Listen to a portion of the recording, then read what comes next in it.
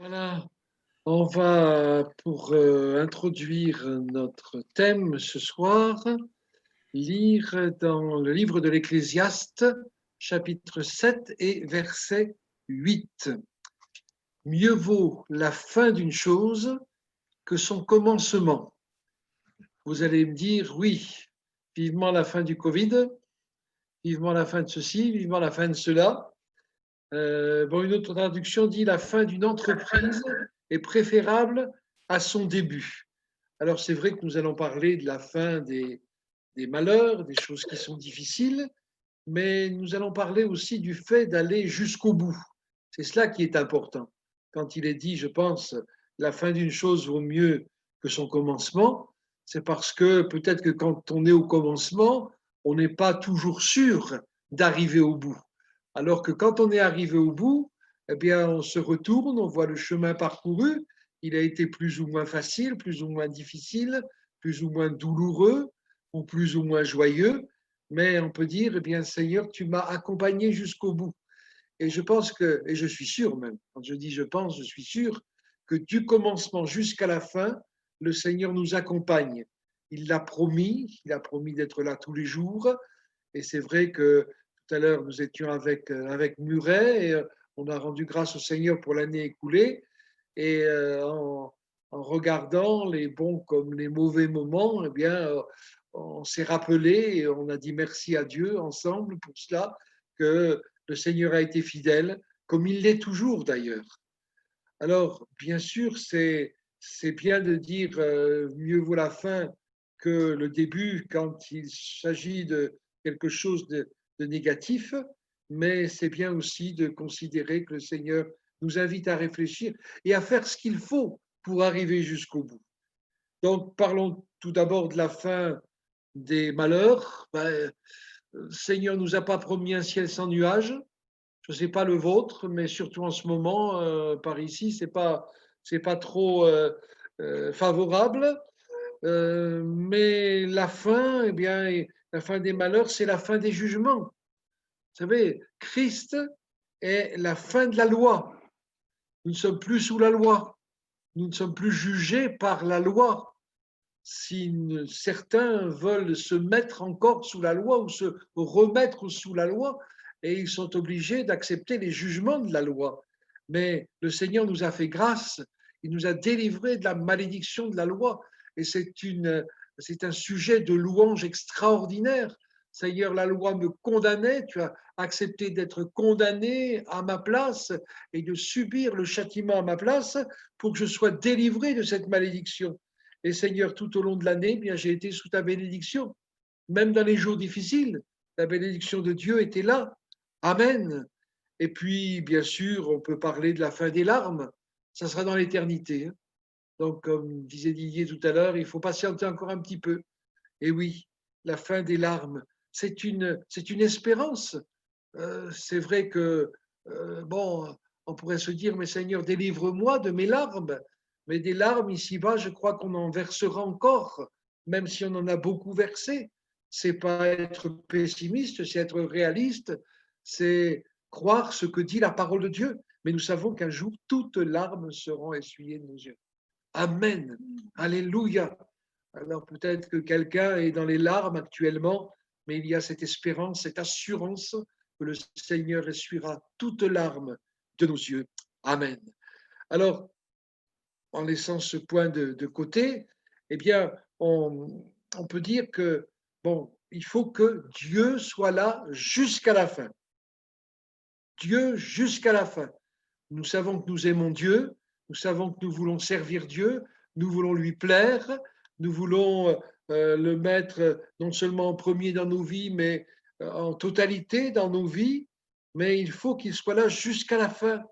Dans le livre de Deutéronome, au chapitre 11 et au verset 12, nous lisons ceci, un pays sur lequel veille l'Éternel ton Dieu, et qui est constamment sous l'œil du Seigneur depuis le commencement de l'année jusqu'à la fin. Amen.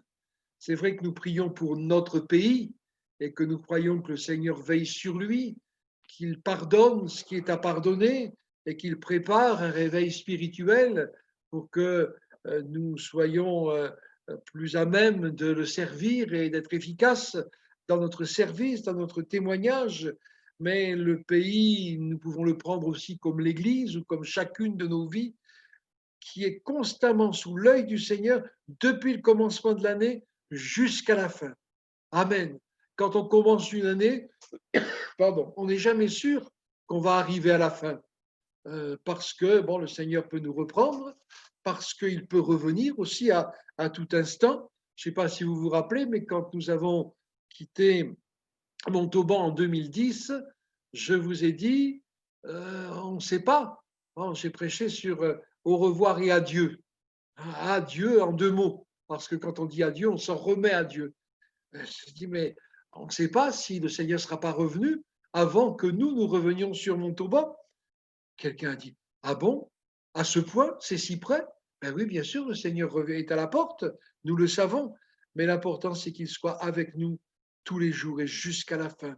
Le Seigneur le dit, hein, je suis avec vous tous les jours jusqu'à la fin du monde. Ça, c'est sa promesse. Mais il est avec nous si nous sommes avec lui. Nous le savons bien. J'habiterai dans la maison de l'Éternel jusqu'à la fin de mes jours. Psaume 23, verset 6. Dieu jusqu'à la fin. Alléluia. Il y a toujours de l'espérance. Même quand les temps sont difficiles, nous avons de l'espérance, l'espoir de pouvoir aller jusqu'au bout avec la grâce du Seigneur. Et puis, Ecclésiaste 3, 11, un verset que nous connaissons bien, mais je le lis dans la version du rabbinat français. Il y a des nuances qui sont intéressantes. Il a fait toutes choses excellentes à son heure.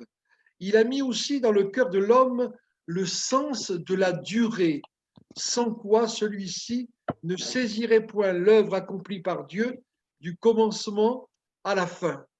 Dieu est éternel, nous sommes sur la terre. Donc, pour nous, il y a toujours un commencement ou une fin à toute chose. Mais Dieu, lui, il est dans l'éternité. Et c'est souvent difficile à concevoir pour notre intelligence limitée, pour notre perception limitée des choses. Mais Dieu a mis justement dans notre cœur, et cette traduction dit, le sens de la durée. Dans nos traductions dont nous nous servons habituellement, c'est la pensée de l'éternité. Hein. Mais j'aime bien cette notion, le sens de la durée. Le Seigneur sait que nous sommes sur la terre, et lui qui est éternel, eh bien, il vient dans notre temps pour se révéler à nous et pour nous faire connaître qu'il ne nous abandonnera pas et que nous pouvons compter sur lui chaque jour. Dieu jusqu'à la fin. Aussi, la parole de Dieu jusqu'à la fin. Psaume 119, 33. Enseigne-moi la voie de tes statuts pour que je la retienne jusqu'à la fin. Il y a des choses qu'on lit dans la parole ou qu'on entend dans la prédication, et puis on le comprend, on l'accepte, on le fait sien, et puis parfois on oublie. On oublie ce qu'on a entendu, on oublie ce qu'on a compris, on oublie ce qu'on a appris. Alors je pense que nous pouvons prier, Seigneur, aide-moi, Seigneur, à avoir une bonne mémoire, surtout pour les choses qui te concernent, qui concernent ta parole. Enseigne-moi la voie de tes statuts pour que je la retienne jusqu'à la fin, Seigneur. Que je ne sois jamais oublieux de ta parole, oublieux des découvertes que j'ai faites dans ta parole, oublieux, Seigneur, de ce que tu me dis dans ta parole. Toujours dans le psaume 119 au verset 112, j'incline mon cœur à pratiquer tes statuts toujours jusqu'à la fin. C'est-à-dire, Seigneur, je ne veux pas seulement retenir des choses, je ne veux pas seulement apprendre des vérités, je ne veux pas seulement avoir la tête pleine même d'une bonne théologie, mais je veux pratiquer ces choses. Je veux qu'elles soient concrètes dans ma vie. Je veux que chaque jour, Seigneur, ce que j'apprends me serve pour t'être agréable, pour te servir, pour te faire plaisir, pour que tu te serves de moi et que je sois efficace dans mon témoignage. J'incline mon cœur à pratiquer tes statuts toujours jusqu'à la fin. Et là, j'aime bien aussi cette expression. Bon, il faudrait aller voir dans le texte original, mais il dit j'incline mon cœur. C'est-à-dire que parfois, mon cœur, il n'a pas envie. Bon, comme on le disait à notre époque, je ne sais pas, c'est même passé de mode, hein, mais je ne le sens pas ou je ne me sens pas. Oui, mais on n'agit pas selon les sensations que l'on peut avoir. On doit agir selon ce que dit la parole de Dieu. J'incline mon cœur à pratiquer tes statuts toujours jusqu'à la fin. Et puis vous connaissez aussi la parole du Seigneur, le ciel et la terre passeront, mais mes paroles ne passeront point, elles demeureront jusqu'au bout. Alléluia. Ensuite, j'ai noté croyants avec un S, des croyants, soyons des croyants jusqu'à la fin. Bien commencer pour bien finir. Hébreux chapitre 3, verset 6. Sa maison, c'est nous, pourvu que nous retenions jusqu'à la fin la ferme confiance et l'espérance dont nous nous glorifions. Soyons dans la foi jusqu'à la fin. C'est vrai que le Seigneur l'a dit à Pierre, Satan vous a réclamé pour vous cribler comme le froment, mais il ajoute, j'ai prié pour toi afin que ta foi ne défaille pas. Et c'est vrai que notre foi, elle est souvent secouée et que l'adversaire voudrait bien que nous la perdions, mais jusqu'à la fin, nous voulons placer notre ferme confiance dans le Seigneur et garder notre espérance. Toujours dans Hébreux 3 au verset 14, nous sommes devenus participants de Christ pourvu que nous retenions fermement jusqu'à la fin l'assurance que nous avions au commencement. C'est vrai que c'est beau quand on se convertit, quand on voit quelqu'un se convertir. C'est vrai qu'on aurait, bon, c'est vrai qu'avec la situation pandémique, c'est peut-être pas ce qu'il faudrait faire, mais on aurait envie d'embrasser tout le monde. On aurait envie que tout le monde comprenne, que tout le monde voit notre joie, que tout le monde soit heureux de nous de voir changer. Et puis, on est plein d'assurance quand on se tourne vers le Seigneur. Mais tout cela, la parole de Dieu ici nous dit que ces choses, il faut que nous les conservions jusqu'à la fin, qu'il y ait de la fraîcheur dans notre relation avec Dieu, qu'il y ait de la fraîcheur. Bon, c'est vrai dans un couple. On a besoin toujours de renouveler les choses pour que l'amour soit renouvelé, rafraîchi, et que jusqu'à la fin, on puisse dire, comme chantait, qui c'était, ah, j'ai oublié son nom, je vois son visage, mais je suis amoureux de ma femme. Ben oui, que nous puissions dire jusqu'à la fin, je suis amoureux du Seigneur, je crois dans le Seigneur, je suis heureux de lui appartenir, je suis plein de joie, plein de fraîcheur. Seigneur, je veux retenir jusqu'à la fin l'assurance que tu m'as donnée. Alléluia. Hébreux toujours, chapitre 6, versets 11 et 12. Nous désirons que chacun de nous montre le même zèle pour conserver jusqu'à la fin une pleine espérance, en sorte que vous ne vous relâchiez point et que vous imitiez ceux qui, par la foi et la persévérance, héritent des promesses. Amen. Ça, c'est vrai que c'est important et ce n'est pas une qualité qui est recherchée aujourd'hui. La persévérance et persévérer jusqu'à la fin. Celui qui persévérera jusqu'à la fin recevra la couronne de vie et le salut d'une manière effective. Que nous retenions jusqu'à la fin. Et là, il est dit que vous ne vous relâchiez pas. Bon, il y a des moments. Ah oui, il y a Didier qui me dit c'est Michel, non, c'est pas Michel Sardou. Non, non, c'est pas lui. C'est pas lui. C'est Richard Anthony, voilà, ma femme l'a trouvé, qui chantait Je suis amoureux de ma femme. Ah ben c'est la culture, hein, qu'est-ce que vous... la culture des vieux. Hein. Donc, que nous ne nous relâchions pas. Parce que c'est vrai qu'il y a des moments, où notre corps veut se relâcher. Et il y en a qui ont tellement, comment dire, persévéré, qui ont tellement été ardents, qu'à un moment donné, tout se relâche. Et puis, malheureusement, il y en a qui tombent dans la dépression nerveuse. Et nous prions pour ceux qui sont dans ces situations, pour que le Seigneur les bénisse, leur fasse grâce et les délivre. Amen. Mais là, il est question de ne pas se relâcher. Seigneur, j'ai peut-être, Seigneur, envie de tout lâcher, mais Seigneur, aide-moi à tenir bon. Et à tenir bon jusqu'à la fin, puisque c'est ce verset que je vous citais, Matthieu 10, 22, celui qui persévérera jusqu'à la fin sera sauvé. Encore 2 points. Considérons la fin des justes et des méchants. Balaam disait, Nombre 23, 10, que je meure de la mort des justes et que ma fin soit semblable à la leur. Ça veut dire que j'aurai persévéré jusqu'à la fin. Et puis, Asaph, dans le psaume 73, j'aime beaucoup ce psaume parce qu'il il met en lumière les choses que parfois nous ne comprenons pas. Je portais envie aux insensés en voyant le bonheur des méchants.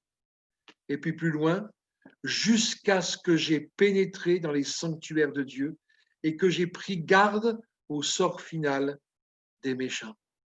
Il y a des choses que nous ne comprenons pas, il y a des choses, acceptons-le, que nous ne comprendrons jamais ici-bas. Mais si nous pénétrons dans les parvis du Seigneur, si nous venons jusque dans sa présence, et si nous nous laissons imprégner de sa personne, eh bien, il y a des choses qui seront éclairées dans nos vies. Je ne comprenais pas, il dit, mais et pourquoi est-ce qu'il y en a, ils font n'importe quoi, et puis ils réussissent. Ils se moquent de toi, Seigneur, et puis on a l'impression que tout leur sourit. Et puis le psalmiste, il dit ici, jusqu'à ce que j'ai pénétré dans les sanctuaires de Dieu. N'oublions pas et persévérons dans le fait de pénétrer jusque dans la présence de Dieu. Le voile a été déchiré, c'est pas pour rien. Ça veut dire que nous sommes admis dans sa présence. Ça veut dire que le Seigneur veut, oui, nous révéler ce que nous avons besoin de comprendre. Et puis pour le reste, il veut nous aider à marcher encore par la foi. Amen. Et puis je vous disais un dernier point, c'est que finalement, la fin de nos entreprises dépend de nous. Parce que le Seigneur, lui, il a toujours prévu le meilleur. Exode chapitre 23, verset 16 nous parle de la fête de la récolte à la fin de l'année, quand tu recueilleras des champs le fruit de ton travail. C'est vrai que si nous restons assis dans un fauteuil, je parle spirituellement bien sûr, assis dans un fauteuil en attendant que le Seigneur revienne, sans aucune activité, sans aucune ambition spirituelle, sans aucun désir de faire des progrès, eh bien, nous n'allons pas récolter grand-chose. Mais ici, le peuple était invité à la fête. C'est beau d'être dans la fête. Mais la fête de la récolte ne pouvait se faire qu'à la fin de l'année, quand ils récoltaient le fruit de leur travail. Ils récoltaient des champs, le fruit de leur travail. Seigneur, peut-être que je ne récolterai pas toujours moi-même le fruit de mon travail, mais en tout cas, je veux travailler pour porter du fruit pour ta gloire, pour que tu puisses venir dans ton jardin, comme dit le Cantique des Cantiques, pour récolter les fruits que j'aurai portés et produits par le travail de mon âme et de mon esprit, par mon travail, le travail de mon amour pour toi et de mon désir de te plaire. Amen. Vous connaissez aussi, hein, ce qu'un homme aura semé, il le récoltera aussi. Il est question ici de semer, d'arroser, de récolter, mais n'oublions pas non plus que c'est Dieu qui fait croître. Alors, on peut faire un bilan à la fin de cette année 2020, chacun pour soi, pour l'Église aussi, c'est vrai. Et puis se dire, on dit toujours, ben, on espère que l'année qui vient sera meilleure que l'année écoulée. Oh, bien sûr, on pense à la situation difficile sur le plan économique, sur le plan de la santé, sur le plan où certains sont endeuillés à cause de bien-aimés qui ont été emportés par la maladie. Mais Seigneur, peut-être que l'année prochaine, si nous nous prêtes vie, que nous retrouvons encore, que nous faisons encore le bilan, qu'est-ce qu'il sera? On n'en sait rien. Mais en tout cas, nous voulons tout faire pour que tu te réjouisses dans nos vies. Nous voulons tout faire pour ne pas nous arrêter en chemin, tout faire pour aller jusqu'au bout, tout faire en dépendant de toi.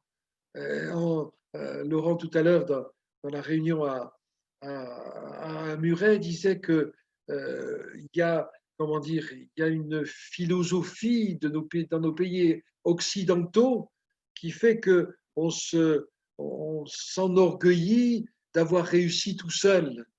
C'est la réussite personnelle dans l'autonomie, l'indépendance, et c'est le summum de la réussite humaine. Mais ça, c'est regarder à vue humaine dans nos civilisations occidentales.